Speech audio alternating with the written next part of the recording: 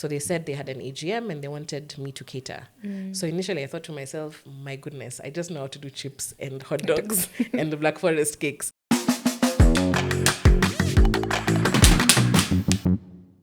Hi, and welcome to another episode of Founder Diaries. Thank you so much for tuning in. Before we get started on today's conversation, please make sure that you subscribe on whatever platform that you're listening to this on. We are also available on visual platforms, and we'll go ahead and get started. So I'm going to welcome our guest, Esmeralda. Please tell us who you are and what you do. Okay. My name is Esmeralda de Souza Obwaka, and I'm the founder and CEO of Spez Catering Limited. We primarily do corporate catering and institutional catering. So that's running cafeterias for corporates, wherever they are, and just helping people host in style when they're hosting their guests. Yes. Okay. I have this question further on, but now that you said it, I just want to ask now. When it comes to like the catering business, the conventional way most people go is that like we just cater for events, right? So how did the idea to set up these cafeterias for the different institutions that you have, and please tell people, because these are big names, like where did the idea come from to be like, okay, let's do it like this? Because I'm sure that also gives you like a really steady income flow, because it's every day people are buying food from the cafeterias. Yeah. Yeah. So to be honest, I shied away from it for a very long time until one of the customers we were serving, this was almost 8 years ago or 10 years ago. My timelines are all Fuzzy. It's been many years, yeah. Yeah. We were catering for Safaricom. So we used to do a lot of their board meetings, exco meetings. And so they sort of like, you guys are already catering for us, so why not come in and, pitch to run the cafeteria? Yeah. So I was against it, and I remember saying no for a couple of years. And then Why? eventually, I didn't feel it was our niche. But then eventually you realize, okay, the catering is fine, but cash flow was never good for that, because you would wait 60 to 120 days for payment, versus a cafeteria where people come and pay cash. Yes, the amount is smaller and the margins are smaller, but then you have cash then to run the business. So there was an advantage in taking it up. And then eventually other corporates started calling us to run their cafeterias for them, based on what we were doing for Safaricom. Okay. So that slowly just expanded into us doing, I think we're running 6 now. Wow. Yeah. So how does the model work? So they give you the space in the kitchen, you bring in your team, and you sell the food from there? Exactly.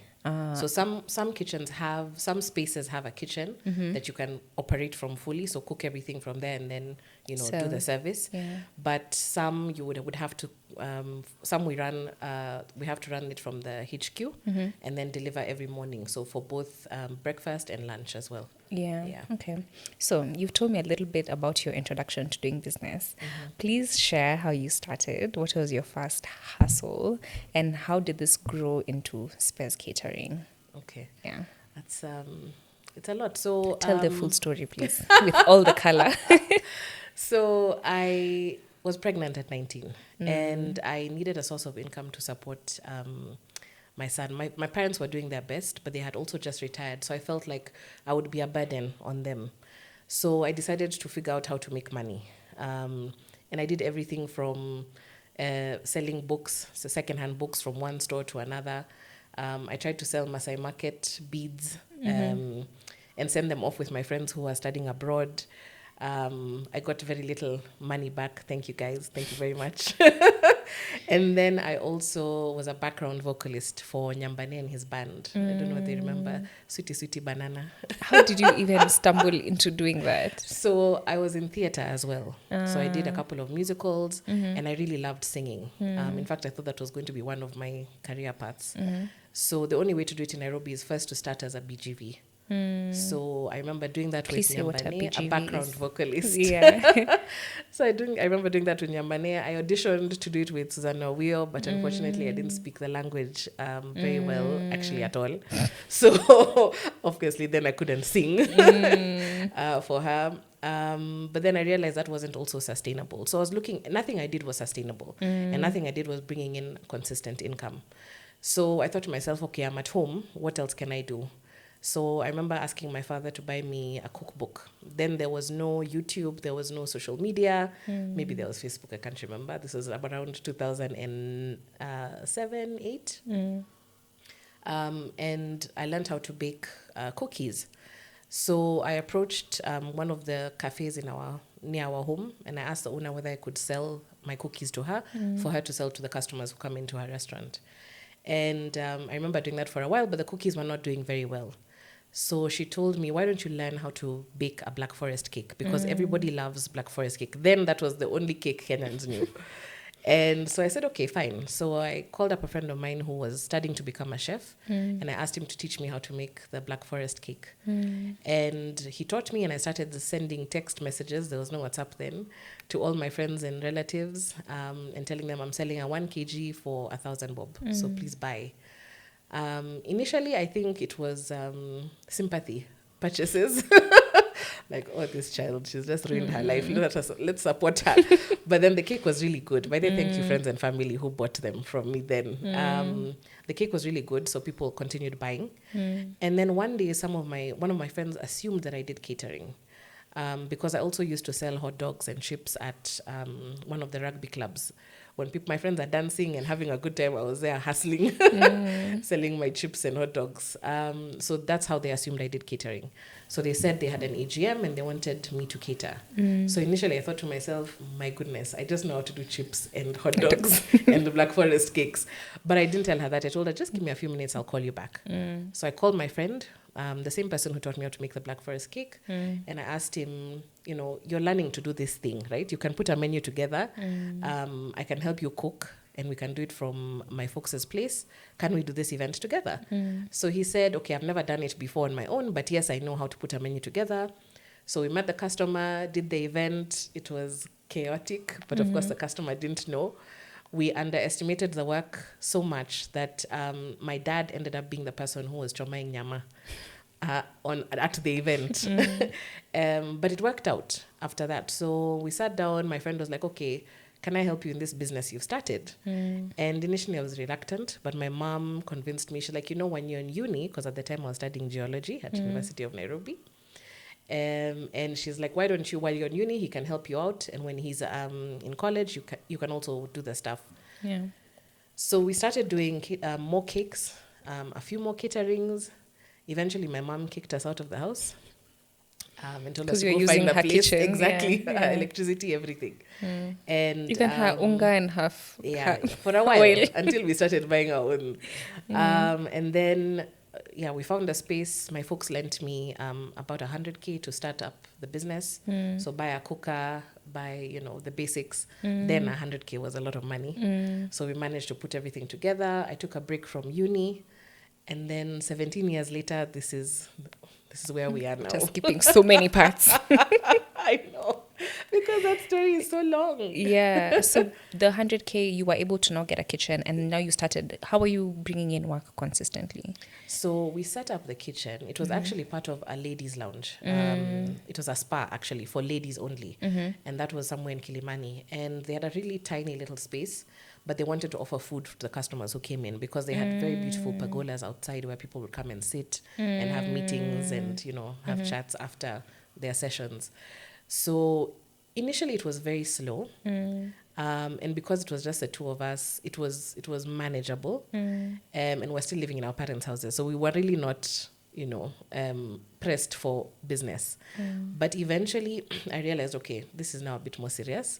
My son was growing, of course, older, and nursery fees was coming in. So I told my co-founder, his name was Spencer, to come up with a menu that I would take around Upper Hill. And that's when Upper Hill was full of business blocks, office blocks. So took the menu all around Upper Hill, and we were then starting to do deliveries because we were not very busy at the spa. So walked around Upper Hill talking to all the secretaries, asking them to post it in their, their staff rooms so that we could get customers. And slowly it started picking. So initially we were just doing it via car. So we, of course, had our parents' cars. So we would make the food, package it, and then I would take it and, deliver. At lunchtime. And then, and that picked up, and slowly we needed an extra chef. I remember our first hire was someone just to wash dishes. I was so tired of of washing the damn dishes. And then we got a chef after that, and then we had to get delivery guys because taking Naka to different places was just not sustainable. And so that grew, and then people now started asking about our catering. Yeah. So that's how we just sort of organically grew over almost only 2 years. And then we grew too big for that space, and then had to move out to a different space in Kilaleshwa. Yeah. So what would you say was your one moment you're like, okay, this thing is becoming bigger than me. I can't manage this on my own? Because I'm sure you stayed on top of operations for a long time. Yeah. So at what point did you then decide, okay, I need to onboard management now, not just chefs or like waiters or whatnot? And who was your first hire and how did that go? So the size of the business grew quite fast. With regards to management, that only came possibly pre-COVID, when we had a team of 65. That's like 6 years ago, it's me. Yeah, would you believe? And I remember the time that I realized we were really growing is when we hired the team for this cafeteria at Safaricom. And that was a moment like, oh my goodness, we have like a really big team who now are active daily, right? And so probably that's the time that I put like a C-suite team together and heads of department, because prior to that there was no real need to. But now we needed someone, managing all the outlets, cafeteria supervisors and everything. So I think that was around the time that I did that. Yeah. Prior to that, it was just, when you're growing, you don't almost realize that you're growing. Because when I think back, we moved into our second kitchen, I think with 2 employees, moved out 2 years later, approximately, or 3 years later with 12, and then grew slowly over the years until we were about 65, I think, in 2019. And now we are 80, almost 90, right, full-time employees. So it's been gradual, yeah. Okay, so do you remember who your first ops manager was? Oh, it's the same guy for today. No. My first employee was the first ops person. It was probably my COO. Now? Yeah. Wow. He's still in the business, yeah. No, that happened in 2021. Yeah. Not 2021, actually. It was 2022. When I first got someone to come in before I moved back. Remember, in that whole time, oh yeah, you moved to the UK. Yes. How did you manage the business from like a continent away? So when I moved, it was during the pandemic, and it was, I think, a year post when it officially started. So that was around July 2021. And by that time, the pandemic had already literally killed my business, because I remember in 2020 we barely had revenues after March. Because our core customers are corporates, and they were not in the office. Home. Yeah, exactly. They were at home. And there were no events because people are not allowed to gather in the first place. So the business was really slow. And so before I left, I gathered the few people I had remaining, and then I think there were about 12. And just told them, listen, there are 2 options here. I can't stay anymore because I'm earning no money from this business. And my husband was at the time in the UK. And I told him, listen, I have to go. Because it was unfair to ask him to take care of both households, himself there and us here. Yeah. So it was just easier financially because school fees, there was nothing to consider there, and healthcare was free. So those 2 was like almost the inspiration to the push, to move. And so I gathered them and told them, listen, I have to go. I'm earning nothing from this business. But this thing may end soon. So it's your choice to decide whether you want to continue running the business for me, and I'll support you as much as I can, or we close the business. So they were like, no, we'll continue. Because by then we had gotten maybe 1 or 2 events coming back. And we didn't know when the pandemic would end, but we knew it would, right? So the team was like, no, we'll do what we can while you're away. And so they managed the business, essentially. Of course, I was doing the meetings with them every week. And I was coming back every so often, to come and check on them and the business and the customers to make sure everything was going well. Yeah. And so that's how I did it. Yeah. That's a dedicated team. Is everyone still here today? Unfortunately, not. All of them are gone? A few are remaining. We're very creative as Kenyans, so there's a lot of creativity That happened while that you were happened away. while I was away. How did you find out? Just a batch of small things that happen, and yeah, you just start to realize things were not going. Were there And also some- when I got in the COO, so while I was away, we had started growing, and the economy now was back on its feet, so to say. Yeah. So I got someone in as COO, and he's still with us. So he also realized a few things that were not just making sense Yeah. with how everything was running, then a bit of the numbers as well. So that's how we realized, yeah, there was a bit of creativity. I love how you're putting it. But in fairness, Yeah. the customers were happy. So in fairness, they maintained the customers for us. Probably served a few of their own. That's on the like side. saying, okay, the thieves took the TV, but at least they didn't beat us. No, but I mean, credit to them that the brand remained, Solid. Yeah, solid for What the are period of some time. red flags you feel like you ignored that maybe you would really go back and tell that Esme, or even now someone who's watching now, some red flags that sometimes pop up that say, okay, there's creativity happening, but you maybe because you trust your team or you just want to confront it, that you're probably ignoring, that people should watch out for? I don't think I would have known. Being so far away, it's extremely difficult. Yeah. So you only know what you're being told. And because the customers were not really complaining, I didn't really, I didn't have those red flags as such. And we didn't have a software in then. Everything was pretty manual. Yeah. So now we incorporated the software about a year ago, started the process and started running it this year.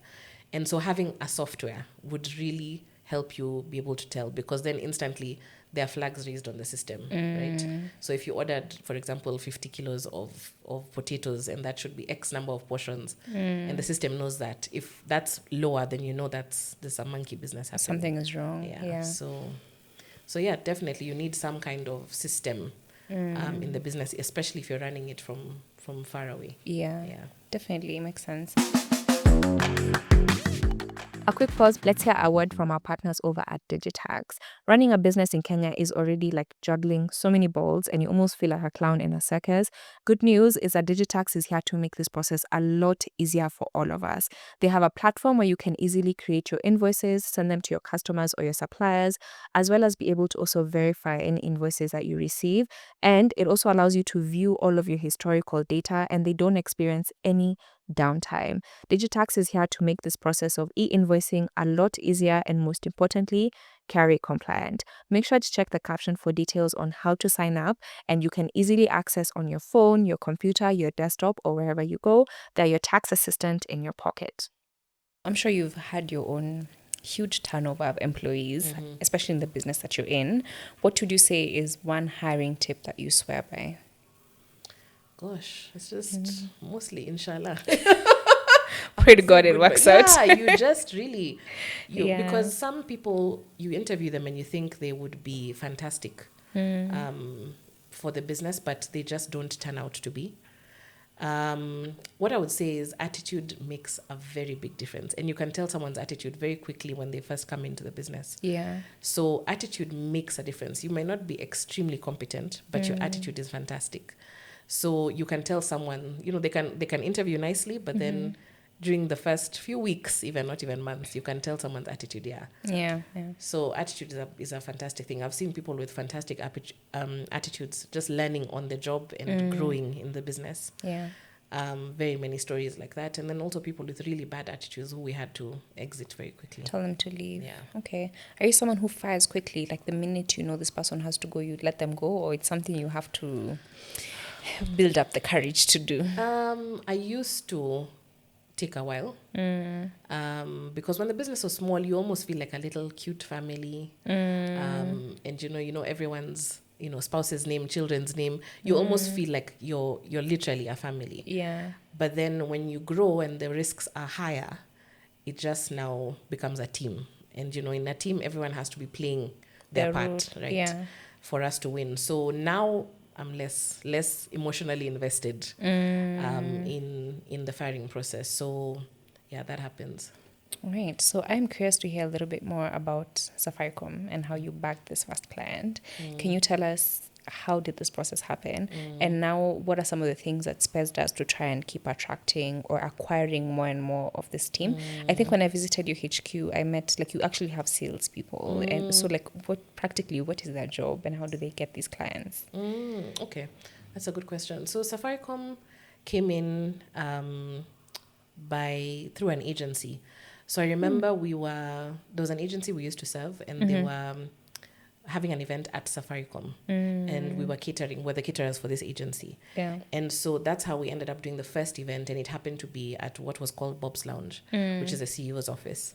So I remember that day, the PA was really anxious, like, first of all, who are you guys who are serving like the highest office, you know? Yeah. And I remember really trying to manage her before the event. But then after that, she was very happy with the services. And then, you know, just constantly asking her whether there's a way we can serve them. So that persistence. And I remember the first few gigs she gave us was literally just, I think we're delivering samosas and mandazis, but I took it. And it was at a loss because we were so far out from Safaricom then. But I took it and, you know, just kept pushing her like, oh, can you give us a chance to serve you? And eventually she did. Yeah. So when we started off there, and everyone was happy, all the other peers wanted to know who's this caterer that, you know, the Bob's office is using, you know. May soul rest in peace, was a fantastic CEO. So that's how we got in. And then the other departments started knowing about us. And because we delivered on time and our setups were pretty and the food was amazing, everyone then wanted to use us. Yeah. So, and essentially that's how we've run. We've never really advertised until recently. And it's been referral business. So someone goes to whatever it is really Banner Boy. and sees us catering and tastes the food and like, oh, these guys are nice. Who are you guys? So that's how essentially we've gotten a lot of our customers. It's been through referrals. But it's only now that we're realizing, okay, there's a larger market that does not know about Spez and we then need to do a bit more. Yeah, to acquire them. Exactly. Okay. Yeah. You know, you have this way of saying these big things in such a nonchalant way. What have I said?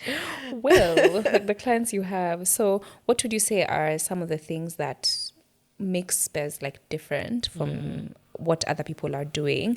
Because I find it really interesting that there's two people in the same business, one playing it really big and one small, right? Like there's someone like you, Space Catering, that's doing really well. And then there's someone who's also still catering, but on a really much smaller level. So what did you say sets you guys apart, and how are you able to kind of maintain your quality as you scale? Because now you're at a point where the business is massive. So how do you maintain quality with the scaling? Okay, so we essentially, when we first started the business, I remember I was looking for a name to register. And my dad is actually the one who came up with it after I told him what I'm trying to do. So he's like, okay, why don't you call yourselves Customized Catering Services Limited? And that was the first business name I registered. And that's what sells us, actually. The fact that we will come to you, try and understand what your event is about, and come up with a menu and a service that would be appropriate for the guests that you're hosting. So most people, especially our competitors, which is mostly the hotels, would just give out menus. Like these are the 4 menus, exactly. Yeah. Pick from this, because probably that's what they're running in their hotels at the time. And then, you know, this is what we have, pick from this and carry on. But we take the time to understand what the customer wants. And that's why I called it customized catering. But unfortunately, as a brand name, nobody remembered. You know, it was like, sorry, you're called who?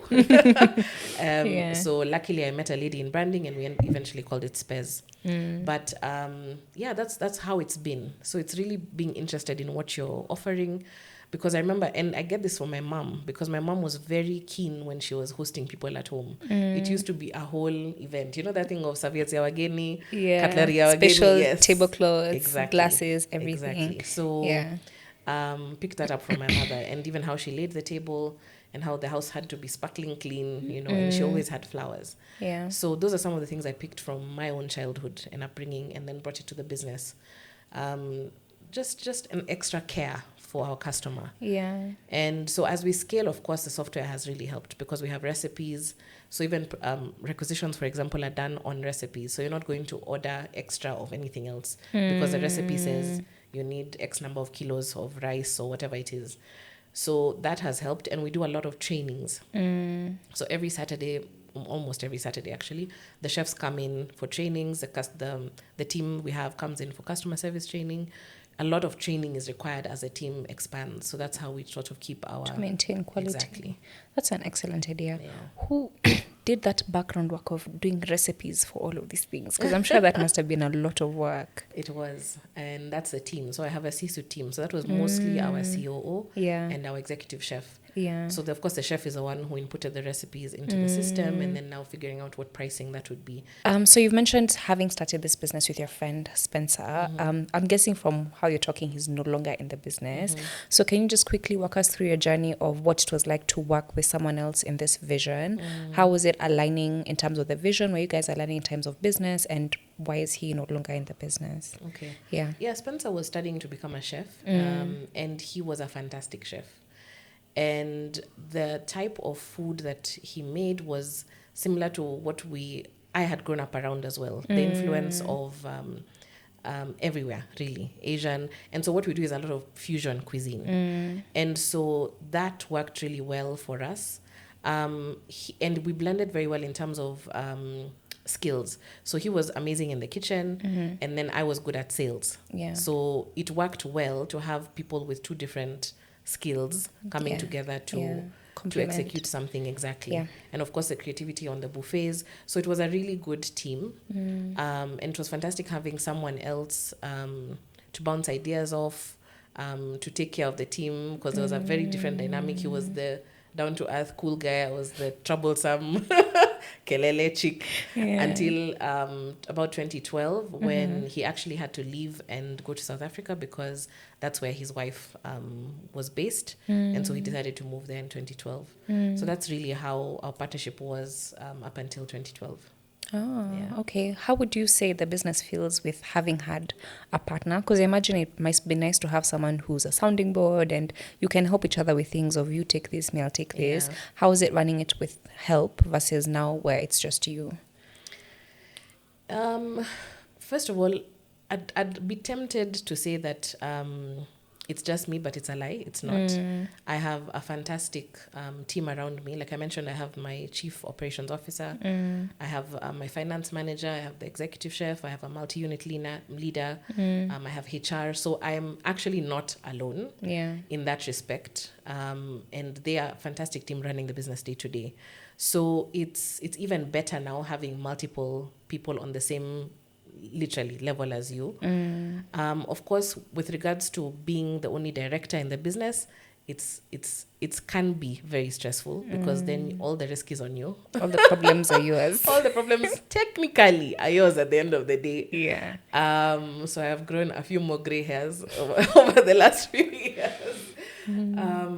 It helped having someone else who has more, so to say, skin in the game, as much skin in the game as you do. Yeah. It's different now. It's definitely more stressful. But in the same breath, it's unfair to say that because then I have a fantastic team that help. Yeah. Okay. What next for Spez? Like if we're closing our eyes and purely dreaming and not thinking about what is, practical, where do you see Spez in like 10 years? You said closing hours and not being practical. Yeah, like we're just dreaming and then we'll figure it out. So my dream has always been Africa. And so even when I was in the UK, I kept thinking, okay, the vision for the business is intimate and creative food settings across Africa. Yeah. So I'm like, what am I doing in the UK? What am I doing here? And so when I saw that things were getting back to normal in Kenya, I had to come back because that's the dream. Yeah. So I would love to expand within Africa, at least Rwanda, probably TZ if I could, Ethiopia as well, because all the corporates we serve have presence in these countries. So it shouldn't be theoretically that hard to give us business. Exactly, to expand to these countries. We also want to look into setting up a more scalable model because right now, unfortunately, we don't have access to the Kenyans beyond the corporates we run. So because, for example, at any cafeteria we run at the moment, you don't have access as an outsider. So we only serve the people in those businesses. So it would be nice to come out of that and set up a scalable model. Also so just to help give the us business. A restaurant.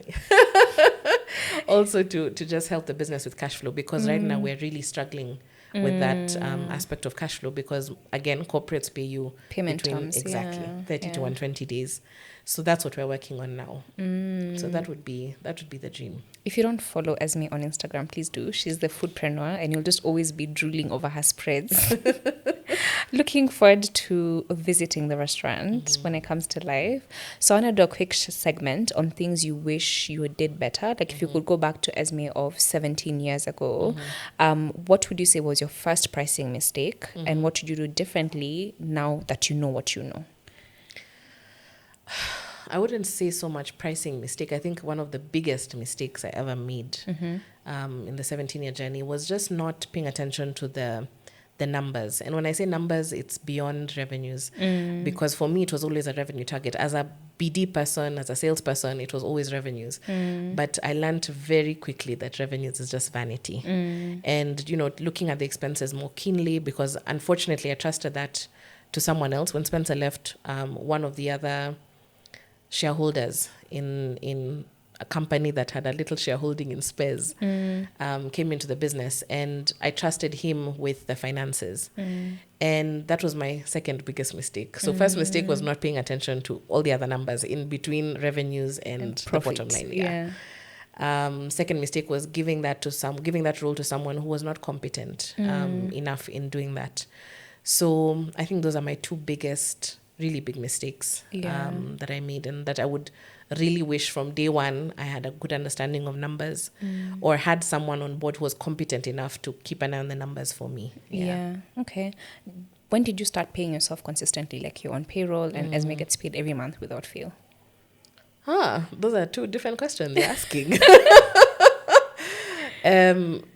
Consistently, maybe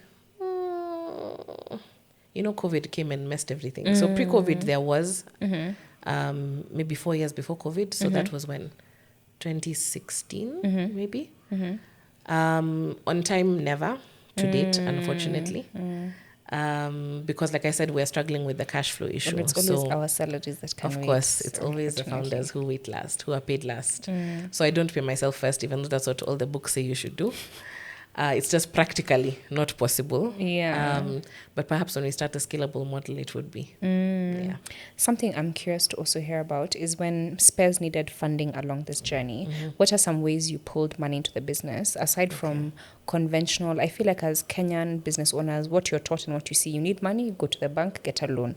What are some maybe creative or alternative ways that you've used to fund your business throughout this journey? So it's been the 3 Fs. You've heard of the 3 Fs? No. Family, fools, and friends. Actually, it's family, friends, and fools. So it's been family first, of course, my folks, when we did the first 100K. My brother has helped out a lot over the journey, especially when we needed cash because our corporate was not paying us on time. We've done the banks, and then we sort of gave out equity. Remember I mentioned we had shareholders, right? So that was one of the other mistakes I made because it was not that we valued the business. We needed money to cater for a renovation of a garage in Kileleshwa into a kitchen. Some friends of ours had an investment group, and we had 20% of the shares hanging somewhere. So give us your 1 million, we'll give you 20%. And that is one of the biggest mistakes. They got a very good deal. Yes, they did. Of course, we used all the money to do the renovations. But that's how we raised money as well. And then, of course, just the little bank loans that we've gotten along the way, and using SACCOs. Because SACCOs, of course, there's less interest. So that's what we've done over the years. Okay. Now, something I call the technically segment. What's one thing you must do, whether it's every day or weekly, that's just part of your ritual that it feels like helps you along the journey as a founder? So I've done different things in different seasons. Music helps me a lot. You do still sing? No, imagine I don't. My husband keeps telling me to go back. So I listen to music a lot, and I've used music a lot to help me in different stages of the business. What what else do I used to read a lot? Fiction? No, well, both nonfiction and a lot of business books. That's how I started the business, actually, because I read Richard Branson's Losing My Virginity when I was in uni. And that's what inspired me to just be brave and do something. And then, what else do I do? Now I'm obsessed with Duolingo. So a few minutes of Duolingo every day. Gives you sanity. Yeah. So that's what I do. Okay, so now that you mentioned you regret not paying more attention to the numbers, do you do like an end of month or quarterly or like a weekly finance meeting just to go over the numbers, whether it's with your accountant or with yourself? And what are some of the decisions you've made recently from what the numbers have been telling you? So we do it weekly. We have a heads of department meeting every Tuesday. Every Monday, of course, it's revenues, but I remember that's vanity very quickly on Tuesday when we look at the whole P&L. And then we have a now higher level meeting we have now a fractional CFO. So we have a higher level meeting around the numbers based on that. There have been many decisions. So recently, I must say with the software, it's made us make very harsh decisions around what business we'll take and which one we won't. So turning customers away, which is not something that I used to do before, but now understanding that, okay, this business will actually hurt us more than help us. Yeah. So Like turning it would customers cost away. more than what Exactly. they will pay you. Okay. So turning customers away when it just doesn't make sense. And now there's a software, so it's not even, there's no emotions. It's just factual. Like this business just doesn't make sense for us. Managing the team as well in terms of payroll, because sometimes some decisions, it can be nice to have all the people that you ideally want in an organization, but if the payroll number doesn't make sense, so of course also having to let go of some of the team members because financially it just doesn't make sense to have X number of people or X person at X rate. So yeah, those are probably some of the decisions we've made. Okay, and how do you make sure Esme is making money and not just Spez? And what's the most recent place you have invested your money personally as Esme? Esme making money has always been, unfortunately, the last priority. And that's something, when I got an advisory board, they kept pushing me to, you must get value, and now just thinking about having a real estate portfolio. So that's where I'm looking at investing. Putting your money. Yeah. Why real estate? Because that's the only thing, only area that increases value in terms of the asset value. That's the only investment that increases value. So With time. yeah, exactly. Okay, last segment, which is quick fire. So you answer in like a sentence or less. When is the last time you took a day off? Oh, recently. About a month ago when I went to Europe. Yeah, and SA. So recently. Would you say you're pretty good with balancing like rest and work? I hope my therapist doesn't watch this. You're about to I'm like, trying. Yeah. I'm really being a bit more intentional this year. Yeah. Okay. Yeah. What's the last thing you did for fun? The last thing I did for fun, other than travel. I'm going to get exposed here. Just say. No, I don't know what I did for fun last, other than hanging out with my friends. Just like any activity that was purely for fun. You have homework now. Yeah. Do something for fun this weekend, like just for fun. One thing you struggle with that you wish more people talked about.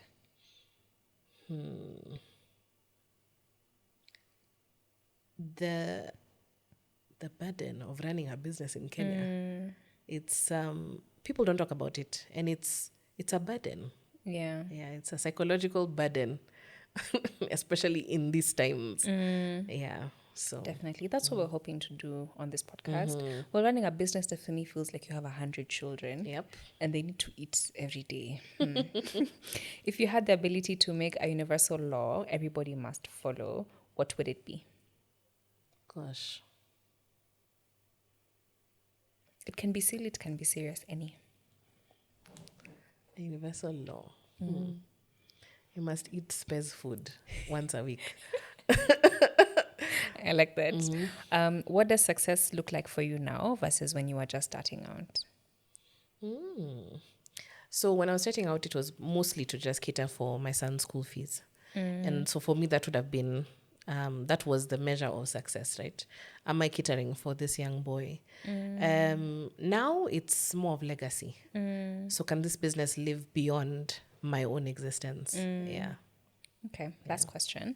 Well, this is two-part. So a question that you'd like the next guest to answer, but then also the guest before you left a question for you to Oh my answer. gosh.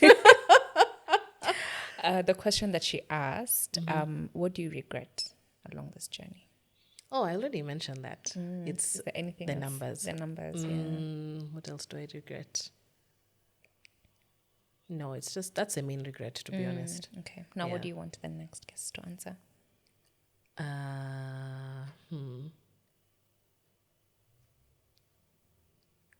Assuming I know the guest. No, I assume you don't know. Okay. What's the best thing they ever did for their business? Yeah. Okay. All right. Please plug your business Okay. as we wrap. Tell people If how you're- to, patronize you. Okay. Yeah. So we are on Instagram as Spez Catering. We would be happy to serve you in your homes, or if you refer us to your HR, we have fantastic food for you and your teams. Yeah. All right, great. Thank you so much for coming on board. Please make sure to share this episode with somebody who it might relate to or it might touch them. Share any thoughts in the comment section. And thank you so much for watching. Catch you on the next one. Bye. This podcast is proudly sponsored by Beauty Square KE. Beauty Square was my first full-blown business and the brand that pulled me into entrepreneurship and shaped so much of what I share here. In many ways, this podcast is an ode to that journey, the lessons, the growth, and the courage to start before everything was figured out. At Beauty Square, we're passionate about helping everyone become a skin expert, offering authentic products, from TikTok favorites to proven solutions for acne, dark spots, and more, with a team ready to guide you through all the right choices. Visit us at our CBD or Lavington branches for expert treatments like facials, waxing, body scrubs, and massages from our sister brand Sage. Find us on Instagram, Facebook, and TikTok at beautysquare.ke and at Sage Skin spelled SAGESKNN. And thank you for tuning in.